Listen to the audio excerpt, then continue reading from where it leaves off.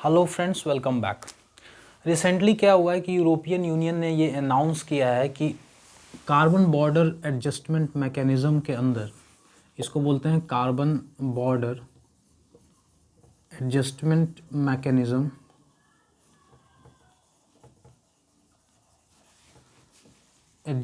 Mechanism, तो European union ने क्या अनाउंस किया है कि 2026 से यानी 2026 से वो एक टैक्स लगाएगी जिसको वो बोलती है carbon border tax, CBT, right, carbon border tax. अब समझना हमें इस वीडियो के अंदर यही है कि carbon adjustment mechanism, carbon border adjustment mechanism क्या है और 2026 से ये कार्बन बॉर्डर टैक्स क्यों लगाना चाहती है, और फिर हम देखेंगे कि इंडिया का इसको लेके क्या कंसर्न्स है, राइट, और क्यों वो कंसर्न्स है। तो कार्बन बॉर्डर एडजस्टमेंट मैकेनिज़्म क्या है मैं बताता हूँ। Carbon border adjustment mechanism, European union का मानना है कि जो गुड्स, मान लो कोई भी गुड्स अगर यूरोपियन यूनियन के अंदर मान लो बन रही है, ये गुड्स यूरोपियन यूनियन के अंदर बन रही है, और यही गुड्स अगर नॉन यूरोपियन कंट्रीज़ के अंदर बन रही है, वो भी खास करके जो नॉन डेवलप्ड कंट्रीज हैं यानी डेवलपिंग कंट्रीज़ के अंदर मान लो सेम गुड्स बन रही है, हमने इस प्रोडक्ट का नाम दे दिया है ए, और यही गुड्स यहाँ भी बन रहा है ए। अब यूरोपियन यूनियन का क्या करना है कि यूरोपियन कंट्रीज़ के अंदर जो इन्वायरमेंटल रेगुलेशंस होते हैं वो काफ़ी स्ट्रिक्ट होते हैं, काफ़ी टाइट रेगुलेशंस होते हैं, पहला। दूसरा बात कि जो पॉल्यूशन टैक्स होता है, पॉल्यूशन टैक्स अगर आप देखेंगे तो यूरोपियन यूनियन कंट्रीज़ के अंदर, यूरोपियन यूनियन मेंबर्स के अंदर काफ़ी ज़्यादा होते हैं, so it's very high, right. लेकिन जो नॉन यूरोपियन मेंबर्स हैं, खास करके जो डेवलपिंग कंट्री जैसे इंडिया है, चाइना है, या फिर आप मान लो कि हमारा वियतनाम है, हमारा पड़ोसी बांग्लादेश है, ये सब जो कंट्रीज़ हैं इनके अंदर पहली बात तो इन्वायरमेंटल रेगुलेशंस जो हैं वो बिल्कुल ही उतना ज़्यादा टाइट नहीं है, तो वेरी लो। दूसरी बात इनका कहना है कि यहाँ जो पॉल्यूशन टैक्स है, जो पॉल्यूशन टैक्स लगाए जाते हैं वो भी काफ़ी कम है।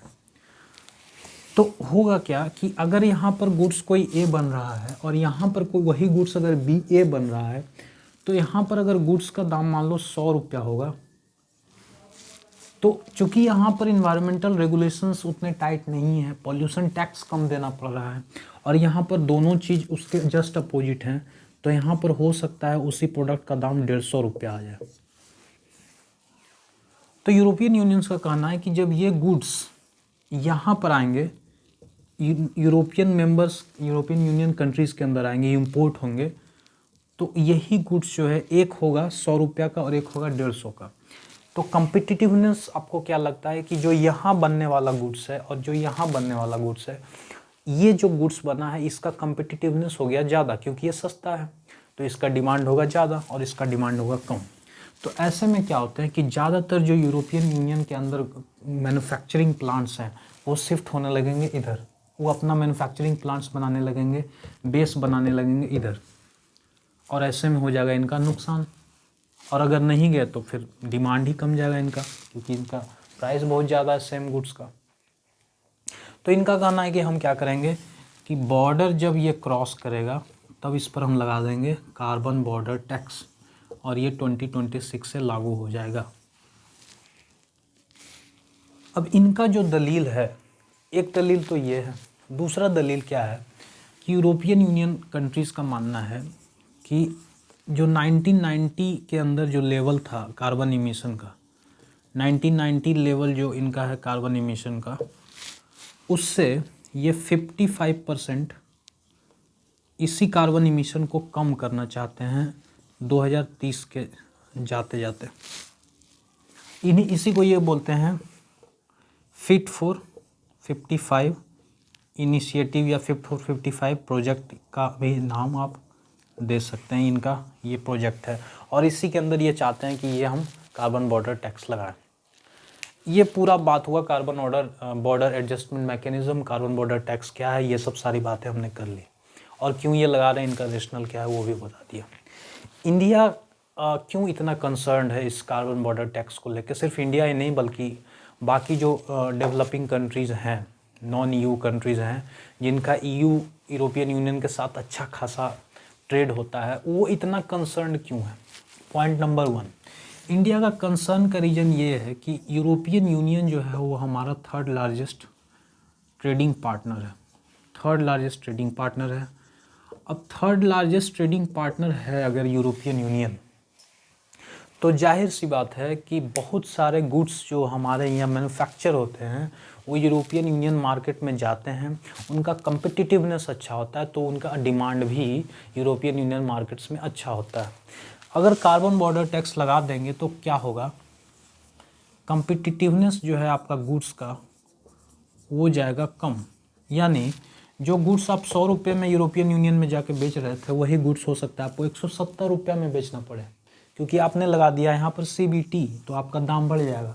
तो ऐसे में क्या होगा कि ये जो यूरोपियन गुड्स हैं वो सस्ते हो जाएंगे, आपके गुड्स हो जाएंगे महंगे, तो आपके डिमांड्स क्या हो जाएंगे, नीचे। तो डिमांड अगर नीचे तो एक्सपोर्ट भी नीचे, आपका ट्रेड डेफिसिट फिर से हो जाएगा।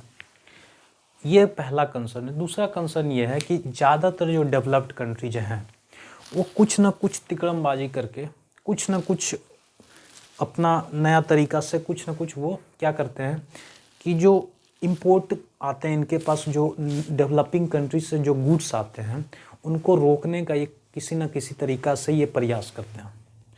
और कहीं ना कहीं जो ये कार्बन बॉर्डर टैक्स है या जो CBAM के अंदर, वो कहीं ना कहीं इसी का एक सोचा समझा चाल है। चूँकि यूनाइटेड नेशंस का एक प्रिंसिपल है जिसको बोलते हैं UN principle of common but differentiated responsibility.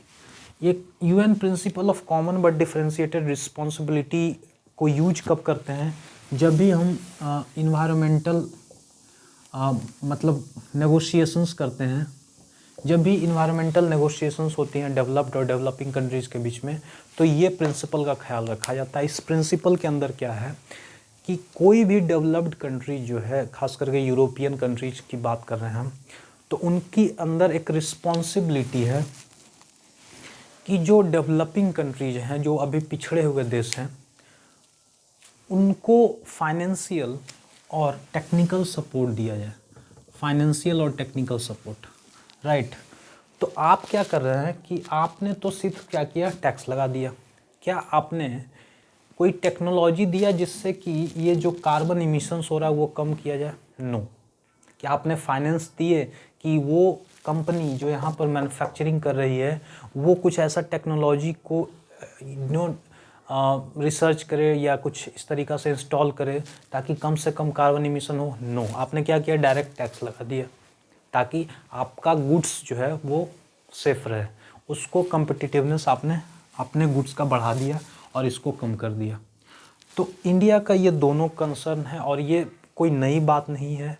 Developed countries हमेशा से ही डेवलपिंग कंट्रीज के जो गुड्स होते हैं उनको टैरिफ बैरियर लगा के या नॉन टैरिफ बैरियर लगा के कुछ ना कुछ तिकड़मबाजी करके उनको रोकने का कोशिश करते हैं। और CBAM और CBT कहीं ना कहीं वही उसी लाइन में जाता हुआ एक स्टेप है। So this was all about this CBAM, CBT and India's concerns with regard to these two things, right? So hope you have understood the point that I want to convey. So in this video we will restrict ourselves up to here. अगले video में हम फिर से किसी नए current affairs के topic के साथ बात करेंगे।